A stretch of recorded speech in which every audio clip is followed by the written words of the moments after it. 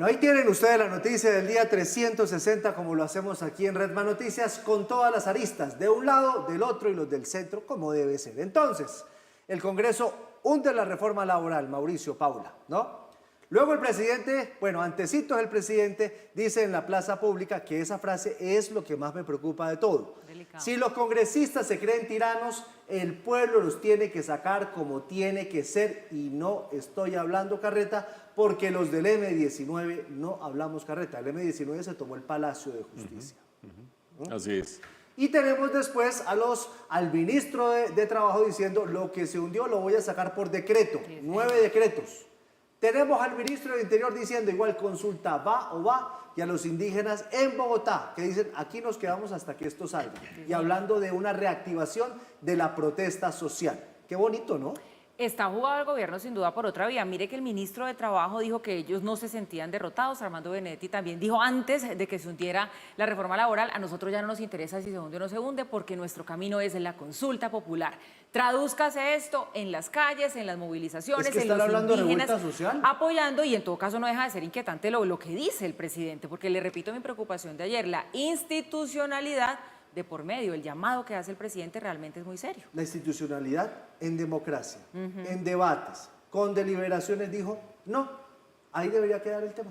De acuerdo, yo creo que de lo que ha sucedido el día de hoy, yo creo que vale la pena destacar tres cosas. La primera, la que se refiere a la reforma laboral, que se hundió efectivamente en la Comisión Séptima del Senado. ¿Qué queda para revivirla o tratar de revivirla? Dos vías, la decía el ministro del Trabajo, Antonio Sanguino. Por una parte, el gobierno va a sacar unos decretos, pero no puede sacar decretos acerca de todos los contenidos de la reforma. De hecho, era reforma o era proyecto de reforma porque tienen que pasar muchas de esas normas por el Congreso, tienen estatura de ley, por lo tanto no se pueden sacar por decreto. Algunas sí se pueden sacar por decreto, como por ejemplo regular la tercerización del trabajo, por ejemplo los derechos laborales sindicales, cosas de ese estilo, pero hay una cantidad de normas que estaban metidas dentro de la reforma que no van a poder salir por decreto. Va el segundo camino del gobierno, saca 6 decretos, van a control de la Corte Constitucional finalmente y decidirá qué sí funciona y qué no funciona de acuerdo con las normas vigentes hoy en día, pero el otro camino es el de la consulta popular. Consulta popular que, acuérdense ustedes, juega dos roles. Uno, tratar de sacar adelante la reforma laboral, pero dos, mantener activa la presencia de la gente en las calles, mantener activa la militancia, permanecer o mantener al pueblo que esté permanentemente prendido en las plazas públicas. Ahí va la segunda dimensión que vale la pena analizar. Creo que la movilización que logró el gobierno el día de hoy es muy importante. Es un triunfo desde el punto de vista de movilización del gobierno. Que sí, que hay unos buses que trajeron unos indígenas, sí. Que les habían dado 95.000 o 65.000, no recuerdo, millones de pesos para un sistema educativo, entonces que los indígenas están más o menos alineados por el gobierno por su propio interés. Pues también, que sí, que le dieron el día libre a una cantidad de funcionarios públicos, también, lo que ustedes quieran. Pero la expectativa de muchos observadores era que la Plaza de Bolívar no llegaría ni a la mitad. Vean ustedes, 90% llena, la carrera séptima con gran cantidad de gente y con gran cantidad de afluencia.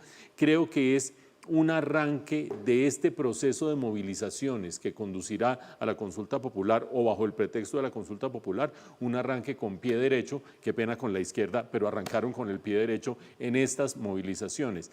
Y finalmente, un detalle que no se puede soslayar, la actitud beligerante, pero sobre todo antiinstitucional y antidemocrática del presidente Gustavo Petro en su discurso. Basta mencionar dos cosas.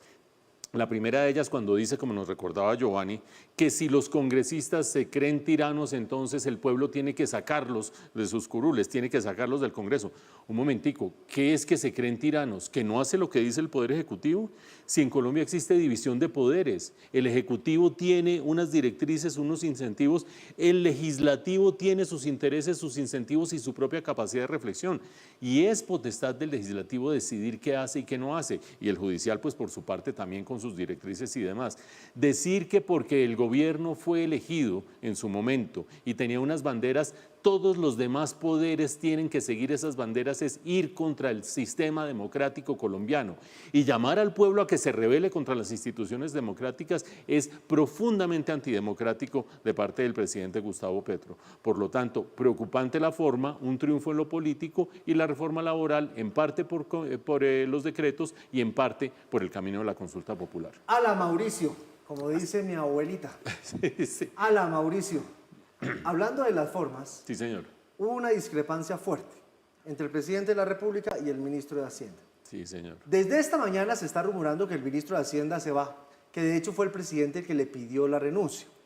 Dicen que en Palacio le dijeron, presidente, este no es el momento para sacar a su ministro de Hacienda que apenas lleva 1 mes y medio. Ahí va la cosa.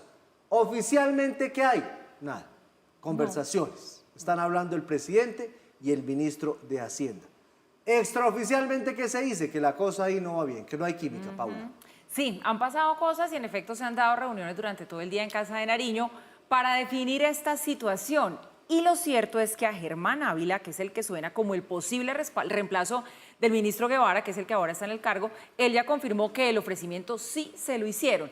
Pero todo parece indicar, vamos a ver qué pasa en las próximas horas, que el ministro sí saldría de su cargo. Tendríamos entonces el 4.º ministro que llegaría en propiedad durante la administración de Gustavo Petro.